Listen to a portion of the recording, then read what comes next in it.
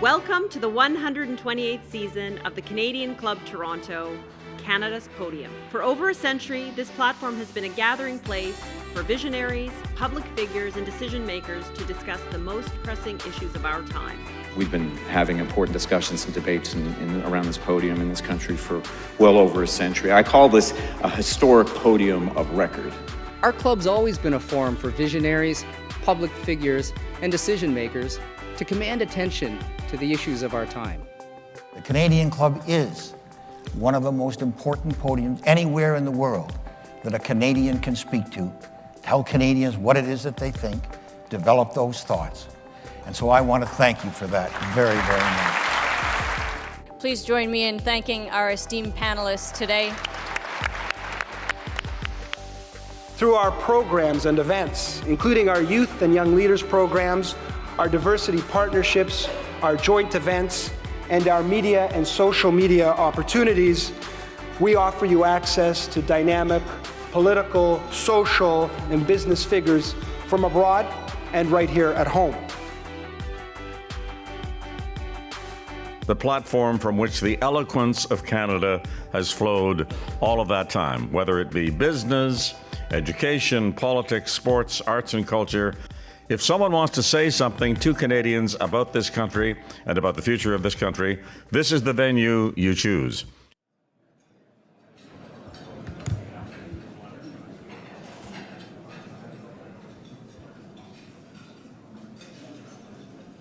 Good afternoon, everyone. My name is Tanya Van Biesen, Canadian Club President and your host for today. A warm welcome to everyone joining us online. For more than 60 years, OMERS has delivered retirement security for over 500,000 Ontario municipal employees. With a global team and a diverse investment portfolio that tops $138 billion, OMERS operates on a massive scale. Leading this organization is a president and CEO who, despite current economic and political challenges, remains deeply committed to a strong future for its members and for Canada. Canadian Club Toronto believes in the importance of fostering that same sense of confidence, especially now. We're dedicated to bringing speakers to this podium who can offer meaningful insights to our members and guests and for Canada. And today we have an exceptional speaker who can do just that. Now, our ability to bring you these kinds of speakers is due to the support of our sponsors. Today's event is being generously sponsored by Bruce Power, KPMG, RBC Capital Markets, and Torys LLP. And I just want to say thank you to all of you for your support.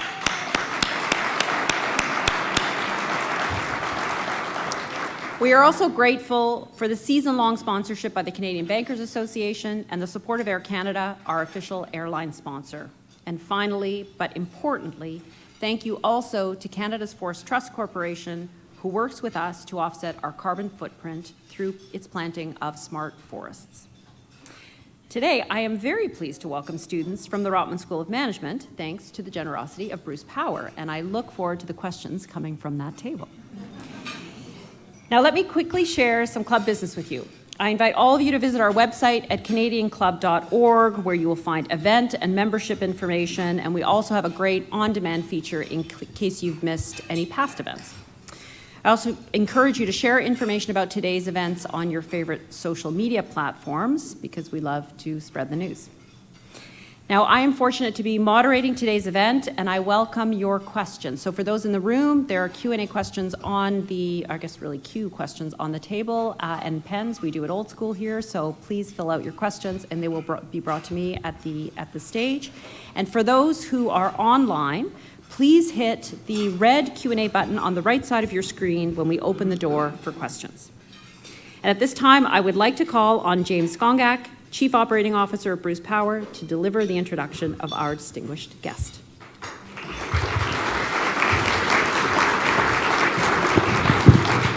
Great. Thanks very much for allowing Bruce Power to participate in today's event. Really looking forward to Blake's commentary. As many of you in the room may know, Bruce Power, we provide about a third of Ontario's electricity, and we're one of the leading producers of life-saving medical isotopes around the world. We have a $20 billion investment program currently underway on our site, And OMERS is a 50% owner in Bruce Power. So if you do the quick math, there's 10 billion reasons why we're here today, Blake. You know, one of the things that when we talk to workers at Bruce Power who are really proud of the work that they do every single day, one of the things that we often say is that the only rule in economics that I think that really matters, or at least is consistent, and that is, and I learned this from actually a leader in Ontario's building and construction trade unions, and the lesson goes: nobody spends, nobody works. The key to putting families and communities to work is for people to make investment decisions in our infrastructure, in our communities, and across Canada. And you know, I always say, I talk to my daughter about this, that, you know, I feel extraordinarily privileged. Grew up in a small town called Port Elgin, and I always say that the community and the province and country that I've been able to grow up in, I think we live in the greatest country in the world. We live in the country we live in, and I've had the life that I've had because of decisions people made in the 1970s and the 80s around investing in infrastructure, investing in communities. And frankly, for many, many decades in Canada and Ontario, we've harvested a lot of that infrastructure. And that's really where I think the OMERS strategy and the OMERS role is so important. They clearly have a role to make sure they protect people's pensions. People work their entire lives with the promise of a pension. And we should be exceptionally proud of that. And Blake and Bob and the team at OMERS, they are the stewards of that. So when you hear people say how a pension plan should run, where they invest their money, I always remind people that it's not the government's money, it's pensioners' money. And Blake is a fierce defender of that money. But in addition to ensuring there is a future for pensioners and pensions to be paid at the end of a long, successful career of the hundreds of thousands of people that Blake and his team represent, they make investments in Canada.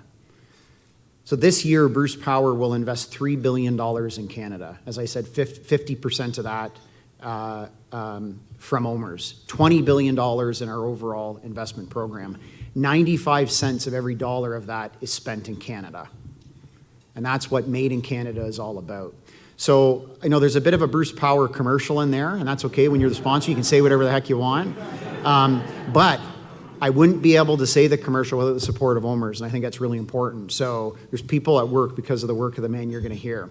The second thing I want to leave you with, and you all know Blake, so I didn't want to do a reading of Blake's bio, because if you're here, it's because you know Blake, and you have probably a very special understanding of Blake that probably applies to you and what you do.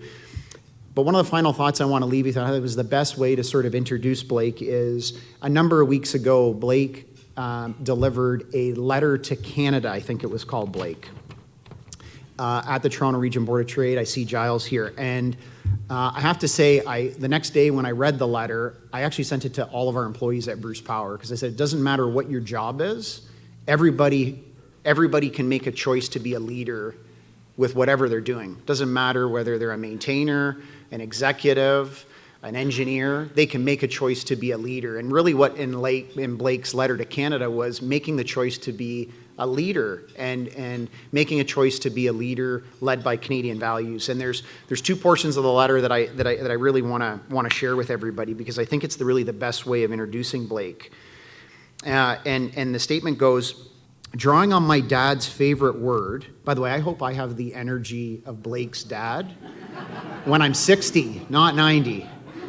Drawing on my dad's favorite word, this is a time for finishative, which by the way is a word I'm going to steal now.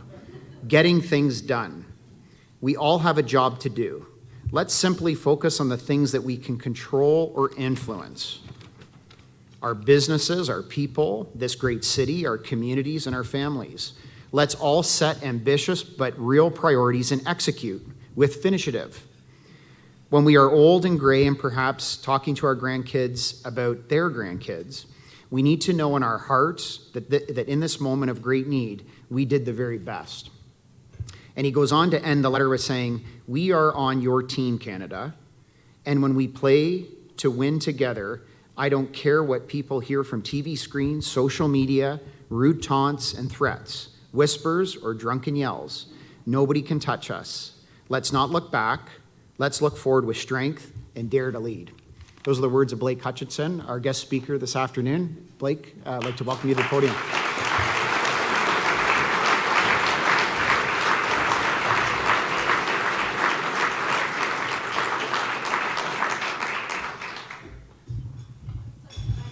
Right there. He's a good boy.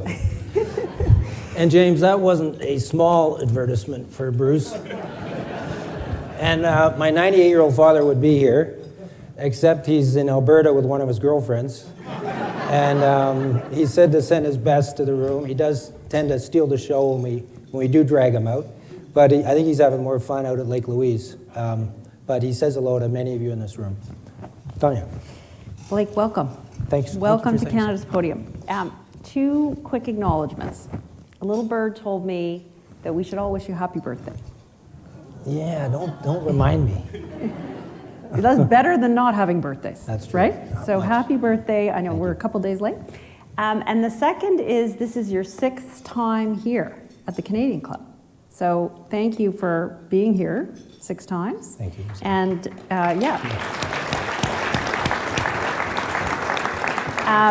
and like, maybe we'll start there. What are 6 times? I don't even know what that dates back to, but with some reflections over that It's time? 6 times. Well, first of all, thank you, Canadian Club.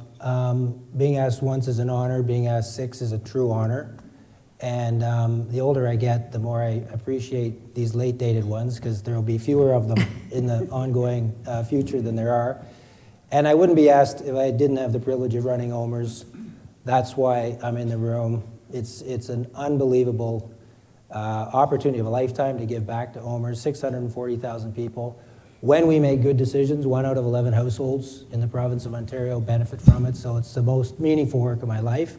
So I'm here because of that, but I'm here because this club has asked. And like many of you, I was Googling last night, in fact, Canadian Club. So when you pull up Canadian Club, the first thing you notice, it's better known as CC. It's a whiskey that was found in 1858 by Hiram Walker. Happened to be my mother's favorite choice. So just so Canadian Club doesn't get too cocky, it's behind the rye in the Google. But the thing about it, this club's been here since 1896. It's had 3,500 speakers. It's been around for 128 years. And as James says, in this time of great need, I was reflecting, right, that we've been here, and part of the founding principle of the Canadian Club is to bring together prime ministers, premiers, leaders of the day in various ways to send messages in times of war and in times of crisis. It's one of the founding principles of the Canadian Club. And I was thinking with real sadness, because I'm just going to call it out, I would say it's sadness. During that time, but for the Boer War, we've stood in times of war and crisis with our American friends. The First World War, we rallied them to come to the Second World War. Kosovo, we risked our own diplomats for theirs in Iran. When 9/11 hit, we put 7,000 of their people in our homes in a town of 10,000 in Gander, and we followed them at their request to Afghanistan to finish the job. So you reflect back on that 128 years. What's sad to me is during those times, we've always had that family beside us to face those times. And this is the first time that, not with them, but because of them, we're facing a difficult time. And I'll get over the sad, and I'm not mad at tariffs. Tariffs are going to hit us. That's all fair game. I am mad at the insults. I am mad at the 51st state stuff. I am mad at the indignities towards those who don't deserve it in our nation. And so I think we just call it out. And what's beautiful about this club is it allows these conversations to take place. And I want to celebrate the Canadian Club for being here all those years. And I'm an eternal optimist. And I think I express for all of us the sadness. And I also happen to believe this is going to get better from here. I happen to believe that common goodness and common beliefs will prevail. I think we're already seeing it. It's starting to make sense that the people that get the high exaction tariffs are the same people that have been in their sights for a while, and the people that are, getting a little fewer, start to resemble the Fortress North American, which is essential for this continent. Like, it's just common sense. And so I'm here with great optimism, but I think it would be inappropriate out of honor for this club not to just call it out that this is a sad period. And it's one human being with a few people around him. As someone who runs a global company, I remind our Canadian friends all the time, this is not about Americans. This is a voice with some people around him. And I remind our great Canadian partners, this is not about you. It's about a small collection of people that are singing this tune. And thank you for Canada Club for allowing us to speak our truths. Thank you for being here for us for 128 years. As James said, we got the greatest country in the world. So let's celebrate that and the role that Canada Club's played, and a big round of applause for those two things. Okay, love that. Because I too am an eternal optimist. Needless to say, we're going to double click on the US thing again in a minute. But before we do that, James gave us a bit of an intro, but like who are you? What shaped you? What drives you? Yeah, I think a lot of people know. I grew up in Huntsville, Ontario. There's a real Huntsville mafia, by the way. I went around to the tables. There were at least 9 of you who claimed origins from my hometown, all whose last names I know. The benefit of growing up in a little town is something else. I don't think I did my kids a lot of justice by not having that experience, because everything is interactive. It's a microcosm of society. You know what the police do. You know what the counselors do. You know what the people who are working for the municipality do. And so the culmination of my life, having grown up with that front row seat and now getting to row OMERS, is a perfect round circle, because I get to serve the very people I grew up with, many of whom are my great friends. I still play lacrosse for my hometown. Many of them are my pensioners. So they have my back on the floor, which I increasingly need. I've got their back in their wallets and their future. And so I think the formation of a little town, we're all pretty baked pretty early, has helped me keep my sensibility, remind me what's important. It dovetails exactly with what I do today, which is a total privilege. And I've had some mentors, including a grandfather and a father, who, the family went up to that part of the world just after Confederation. They got a 100-acre land grant. If they cleared 15 acres and built a homestead, they could farm. And as it turns out, you can't farm a thing in Huntsville, Ontario. So we starved for, a better part of 30 years, I'm told. And then we figured out you can farm trees, and you could figure out you can farm rocks. So my grandfather built a lumber business that kept a lot of that community employed for 50 or 60 years. My father got into the aggregate business, and that was his cash cow to develop properties. So I grew up in the real estate business, wandering around in the back seat of his car from the time I could think. And so I got the real estate bug, and that's been most of my career, is the real estate space. So it's been founded on a little town, pretty low ego, lots of community spirit, entrepreneurs who fundamentally believed in tomorrow, who had the bug to go make a difference in their community in the best way they could. So I think that's been foundational to who I am and what I do today. Let's come back to the markets, because it has been a wild number of weeks, and all the things that you've talked about in terms of the tariff threats and the insults and all the stuff. But you are the CEO of a Canadian pension plan. You've got pensioners to think about. What are you saying to your pensioners? How are you feeling right now? How's your team feeling? And what are you saying to your pensioners? Yeah, I'm actually feeling quite good. First of all, OMERS is 62 years old. It's paid pensions on time and has planned for 62 years.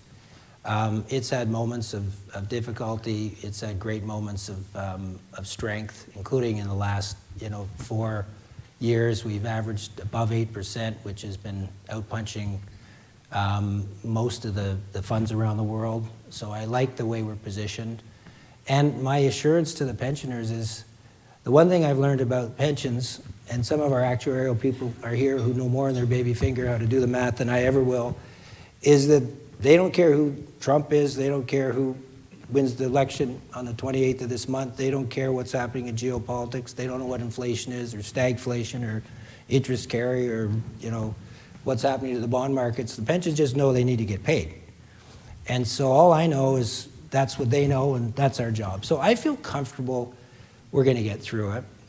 And our book, just for fun, OMERS today, we have 1,000 employers in 444 municipalities, 640,000 members, about 30 big unions and associations. At any given time, we have about 2,700 employees directly for us, 1,700 at Oxford, 1,000 at OMERS, about 100,000 indirectly, including James, Bruce Power, and the like. And then we have, when you look around the world, at any given day, $35 billion in credits and private and public credit product. Cal, who runs that group, is here today.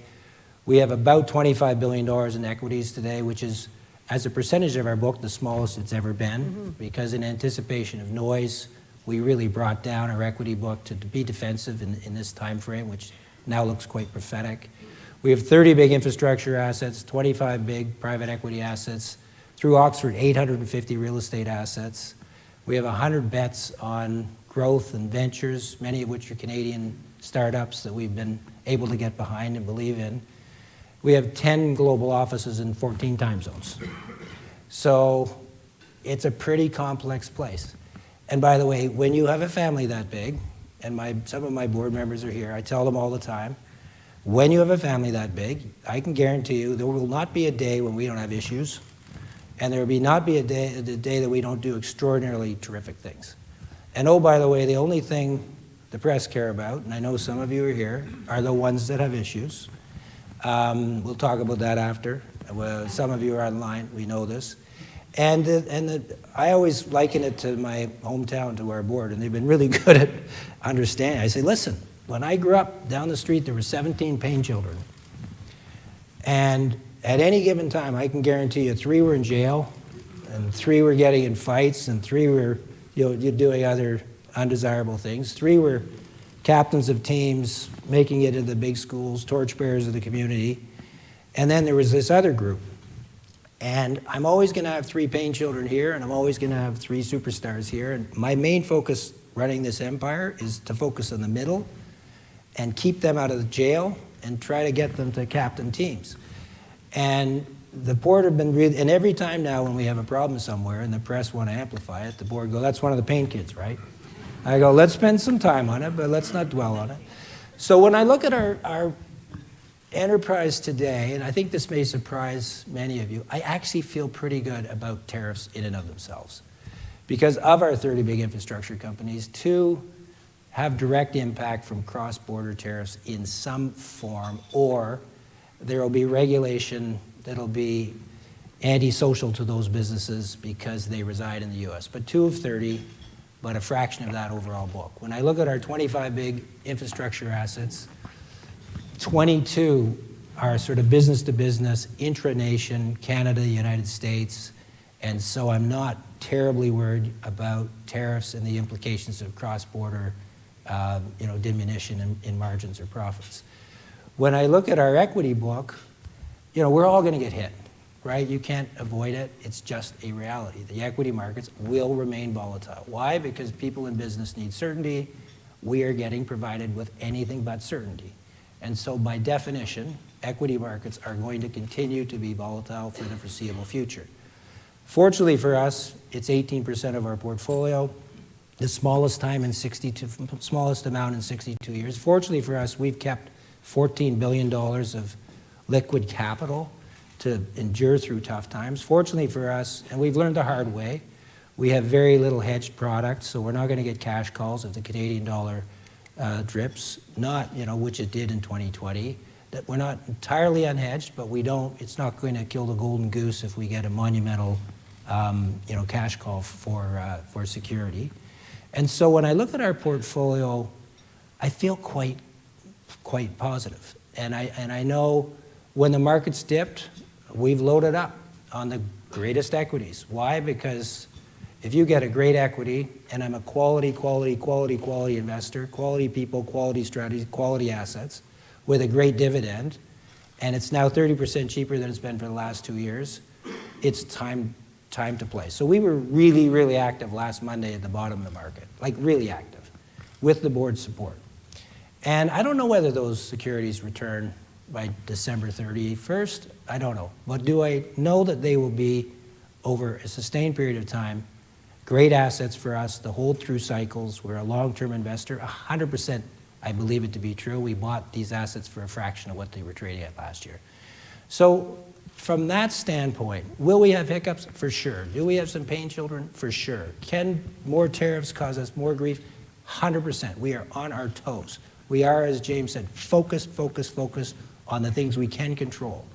Now, having said that, what I worry about is not all that. It's about what happens with sustained periods of low growth, what happens with high periods of inflation, what happens with stagnation on the doorstep for most Western democratic nations as we speak, and what happens to the cost of funds when that happens. So generally, for businesses, spending's down, CapEx is down, people are concerned. Generally for consumers, same is true. We're seeing it in our malls. We're starting to see it in our hotels. So that general malaise that'll run through the river, as a prudent business person, we worry about.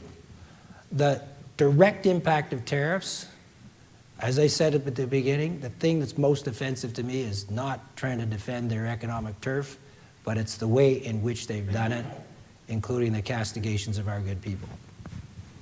Okay. And I did actually watch your AGM, so I know that you certainly have communicated a lot of confidence to your pensioners, and that, I think, resonated for the folks that were there. And we're a long-term plan. You know, we're a quarter's 25 years. It's not a quarter. Will we lose money this quarter? My CFO's here. I'll probably go to jail if I tell you the truth. But yeah, you don't have to say. I mean, it's a difficult year so far. Will this Republican regime want the markets in November and December to close in an incredibly volatile or low way and have every business close their books with a bad or negative mark-to-market? I don't think so. I think there's going to be a lot of religion in the last quarter of this year to get some equities rolling. So listen, I think it's too early to call right now. But will we pay pensions on time and as planned, as we have for 62 years? 100%. We will find a way. Question from the audience. You touched on asset mix, so let's go to asset mix. There's been a lot of talk in Canada about whether the Canadian pension plans are spending enough money in Canada, investing enough money in Canada.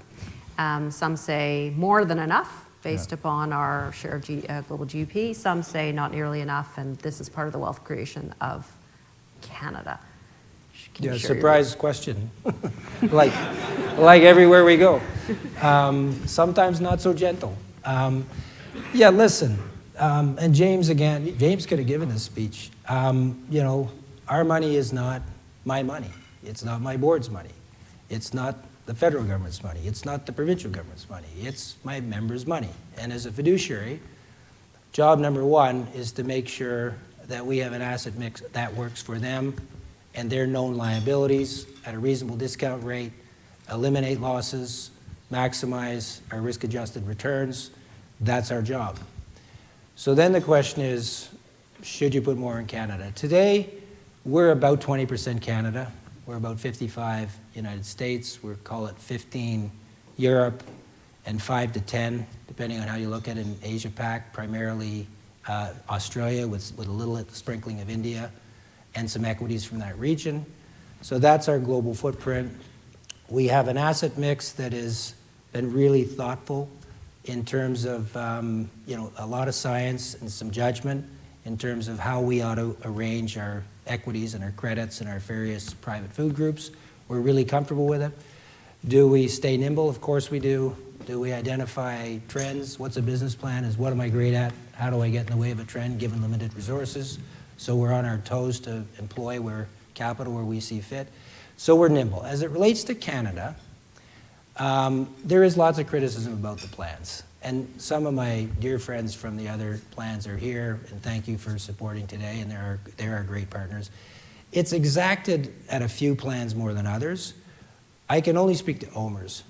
At 20% of the portfolio, we own almost 50% of Bruce Power, 31% of the power supply of Ontario. We own Terranet, which is Ontario's land registry system.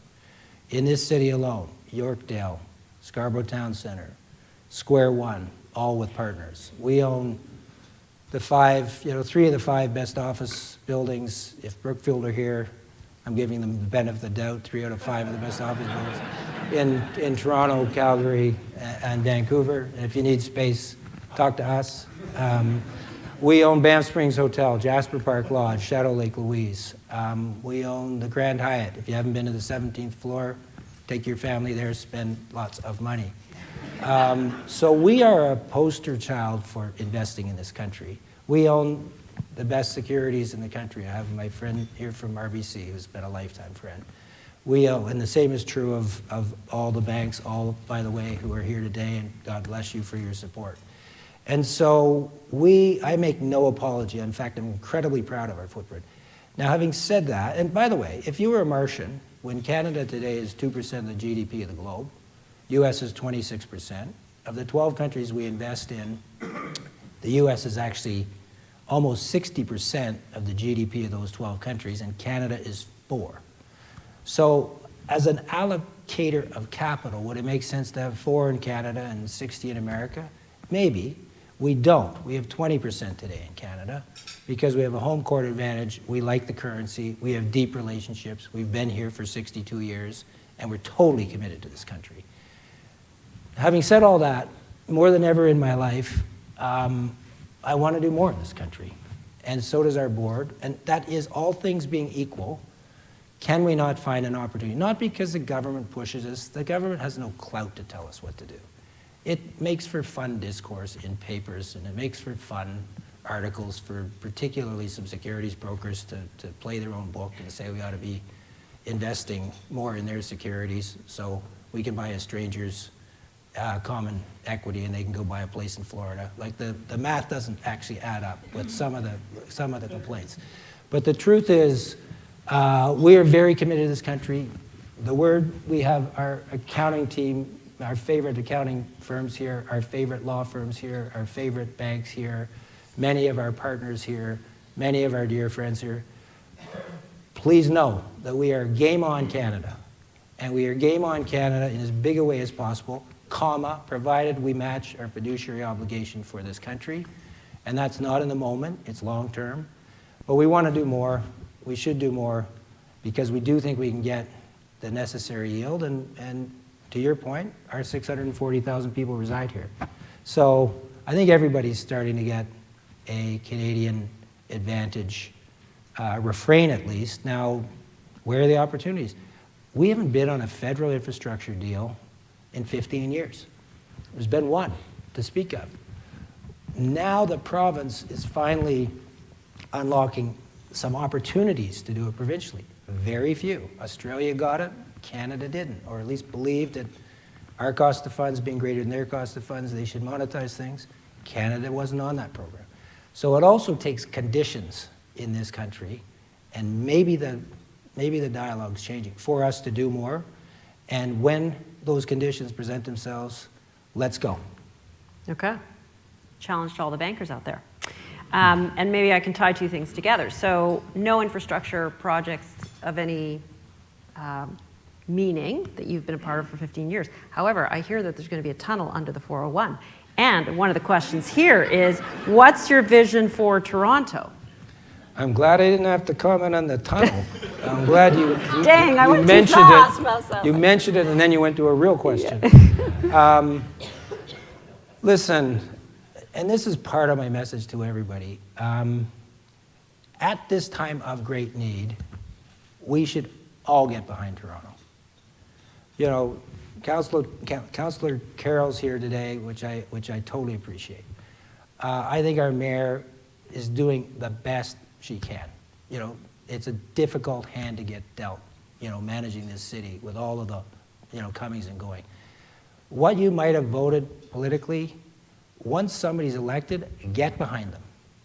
Because why would I want anything but our city to excel and, and do extraordinarily well? And so she has formulated, Councillor Carroll's on that with me and some of you in this room, a tariff committee to look at what we do.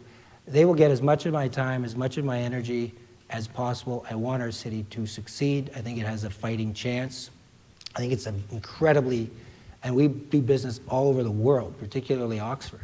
They've been incredible, way more user-friendly than is advertised. We've been able to unlock outsized returns in this city relative to others, which is not always advertised. So I fundamentally believe in this city, and as OMERS, we better get behind this city. I was at the legislature yesterday in Ontario for the opening of the 44th Parliament of the province of Ontario, because I have to get behind the province of Ontario. And whoever's elected on the 28th, because I know them both reasonably well, we will get behind them 100%. Why? Because we want our city to succeed. We want our province to succeed. We want our country to succeed. And my message to all of us at this time is, can't we get behind whoever it is, put down our jerseys, roll up our sleeves, fight for them in the best way we know how? And that's certainly what we're going to do for OMERS. And that, yes, thank you.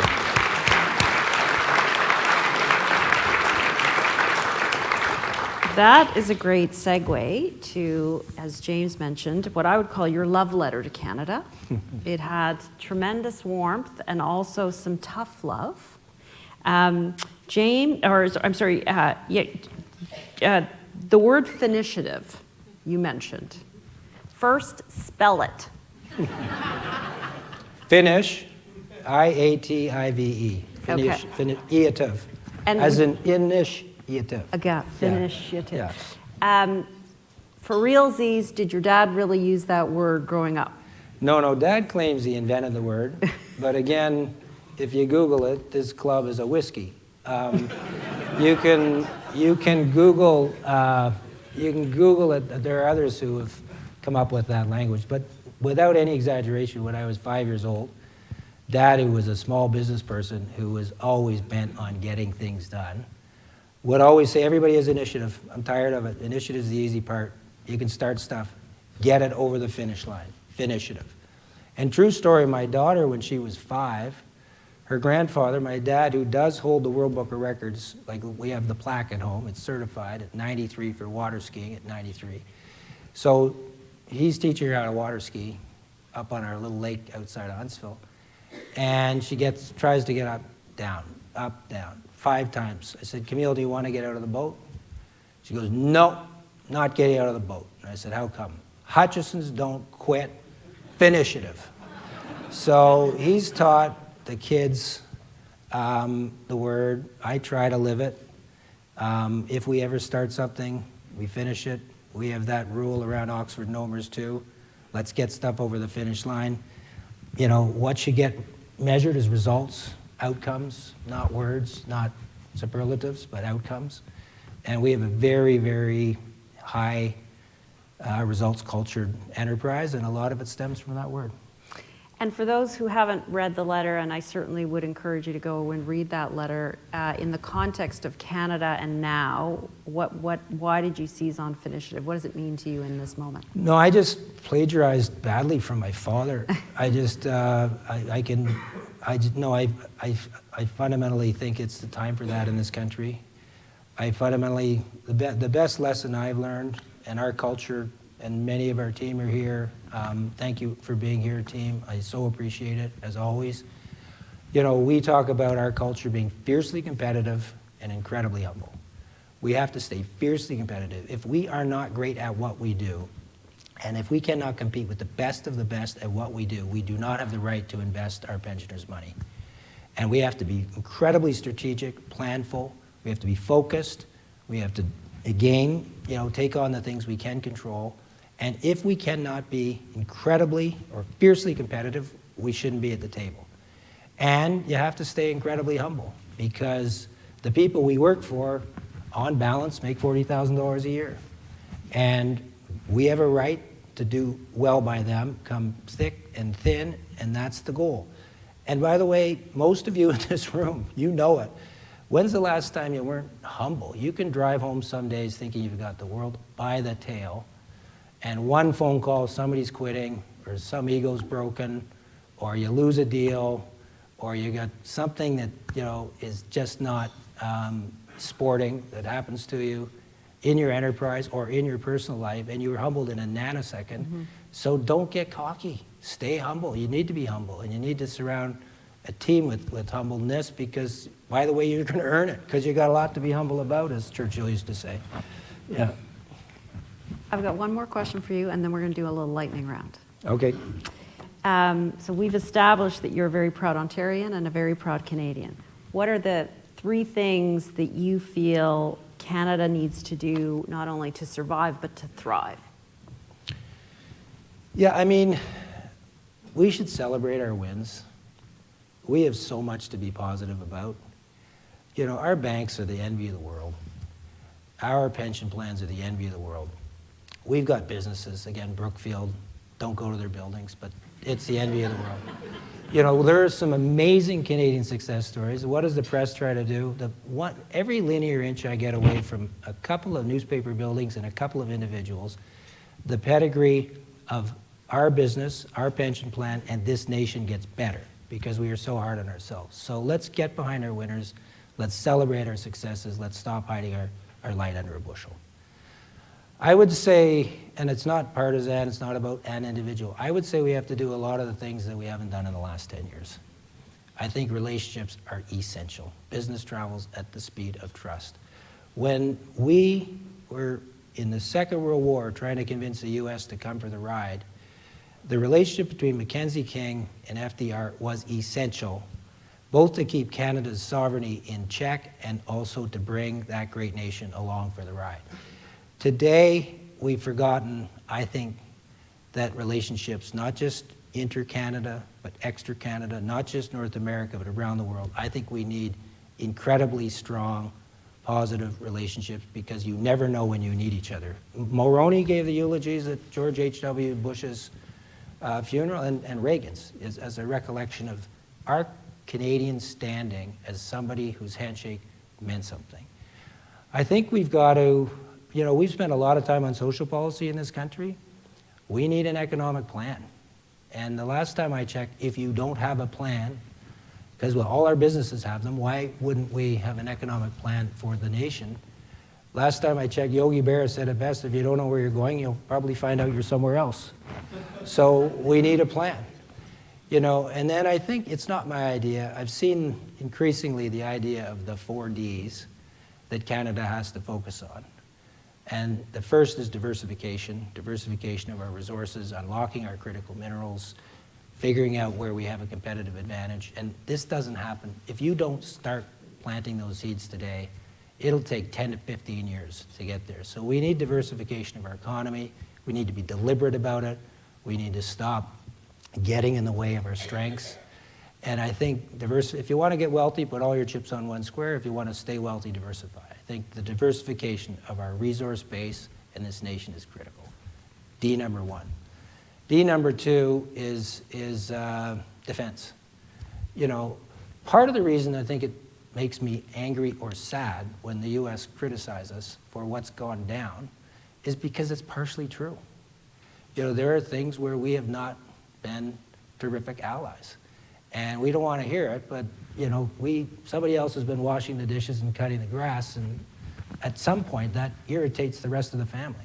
And I think we need to get active and figure it out, including when we can buy it in Canada, we should, and maybe we can give a lead order to the United States with their new shipbuilding empire. I don't know, but defense is, I think the second one. And the third is deficits. We gotta be thoughtful, and we gotta get our arms around it. A big part, and we can get into it if you want, or maybe not, but a big part of what you're seeing in the United States is all about their deficits. If you peel it back, what are they trying to do? They have this deficit cap conversation that's on the precipice for them. If they don't find new revenue streams, they got a problem, hence tariffs. If they don't find other additional savings, they got a problem, hence Doge. If they can't get the cost of money down, they got a problem, hence tank the equity markets so that you can probably clip some cheaper debt from the bond markets. That's the magic, mess behind this turmoil, is how they get to their debt. There's a lot straighter ways to get there, by the way, as they're finding out. because if you tank your equity markets and everybody runs for repatriation of their capital when they take home their bond money and works against you, right? And so you're seeing them go at it the wrong way. We need a strategy around it which will dovetail with productivity. And deregulation is the fourth. And I think Reagan said it best, right? If it moves, tax it. If it keeps moving, regulate it. And if it stops moving, subsidize it. And we've done a lot of that in this country. Yeah. So we need to get at deregulation. We need to bring down trade barriers. We need to figure out how to help each other. We need a better tax regime to incentivize people, because this room isn't the enemy. Those are all ideas. And the final one is education to me. You know, right now we've got the federal government saying, by the way, you can't have, you know, we're going to cap your number of foreign students, and we have provincial governments capping tuition. And we probably have the greatest opportunity in our lifetime to bring the most attractive educators to this country, i.e. what's happening to Harvard, Columbia, Wharton, and the like. We have the best opportunity to attract the best students to this country. And just think if our education system at this moment was world class, what we could do. So those are all things that I'm dreaming about, Tanya, and that and 50 cents will get you half a cup of coffee these days. But I do think they're all doable, and I do believe in the country, and I do believe we can get pieces of them. I do think they're all doable too. Okay, I promise you a lightning round. It's time for your hat. Say it again? It's time for your hat. Oh, it's time for my hat. Where's my, oh, there it is.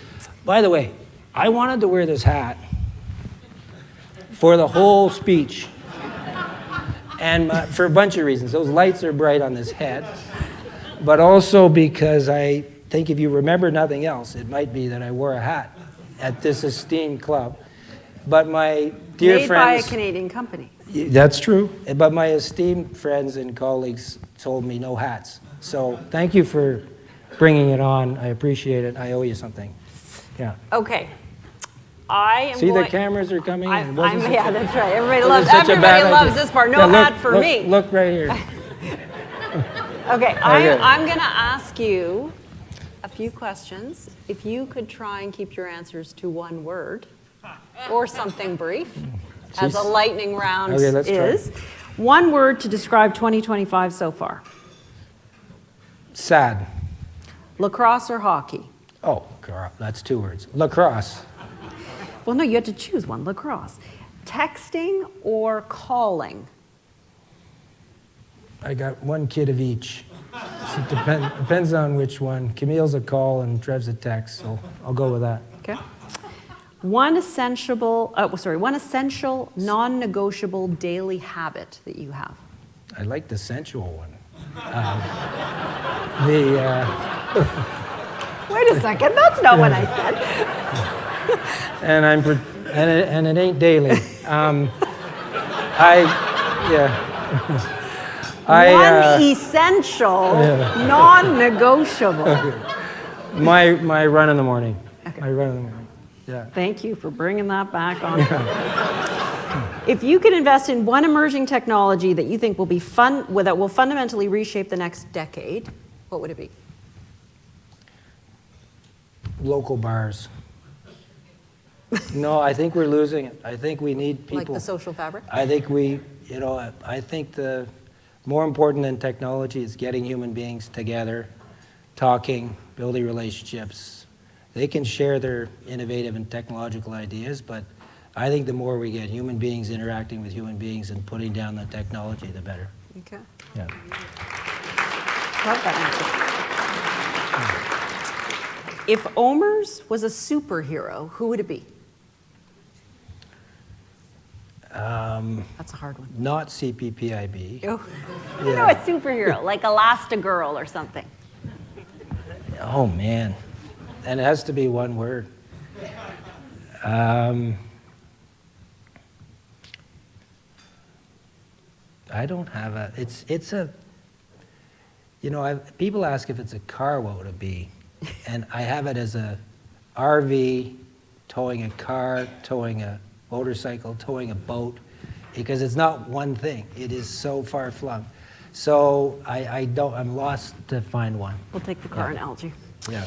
What is one piece of advice, and this is actually really directed at the students that are joining us here today, what's one piece of advice you'd give to young investors starting out in today's market? Well, exactly what Donald Trump hasn't done, and that is do your homework before you throw spaghetti against the wall. There's no substitute for doing your homework. And the best advice I had when I was really young was when you're confronted with office politics that'll drive you crazy, or big P politics that'll drive you crazy, you do one thing, and that's you put your head down and you outwork everybody. And when you outwork everybody, everybody doesn't have to love you, but they will respect you. So if you are a deeply respected, hardworking person who does their homework, I like your odds. Can I add one thing that really resonated for me from what you said earlier? 100%. Quality, quality, quality. Quality, quality, quality. Yeah, people lose sight of it. Oh my goodness. Quality people, quality plans, quality markets, quality assets, see through cycles. And as soon as you start to compromise any one of those things, when hard times hit, you feel it first and you feel it hard. And so, when in doubt, quality. What's one surprisingly useless talent or skill that you have that has absolutely no application to your role as CEO? Oh man, how long you got? I only want one. You know, I'd have to go to lacrosse. Okay. This is my 27th year playing Masters. I have a tournament in 2 weeks. And the useless talent I have, I've been the captain for 15 years because I pay the team's fines. And not because I'm on the power play. So I keep my spot because I happen to love these people from my hometown, and I can pay the short money that it keeps the team together. Yeah. Love that. One last question. When speaking to global investors, how do you answer why Canada, why now? Our handshake, more than anything, means something. And it's a massive competitive advantage. If we jump in an airplane and we shake someone's hand, we're good for it. And I think it's a massive competitive advantage, more so today than ever. Thank you. Yeah.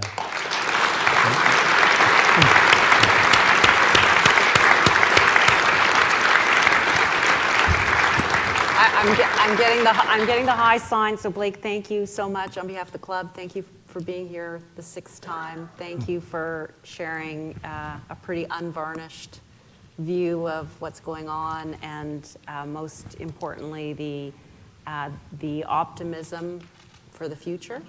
I will remember quality, quality, quality. I will remember the 4 Ds.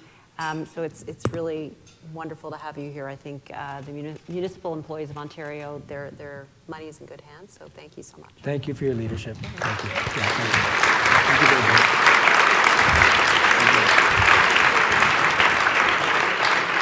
I'll just close quickly and invite you all to, we have a couple of great events coming up. So on the 23rd of April, we are hosting a panel to discuss Canada's Arctic future, which is also very important in this time.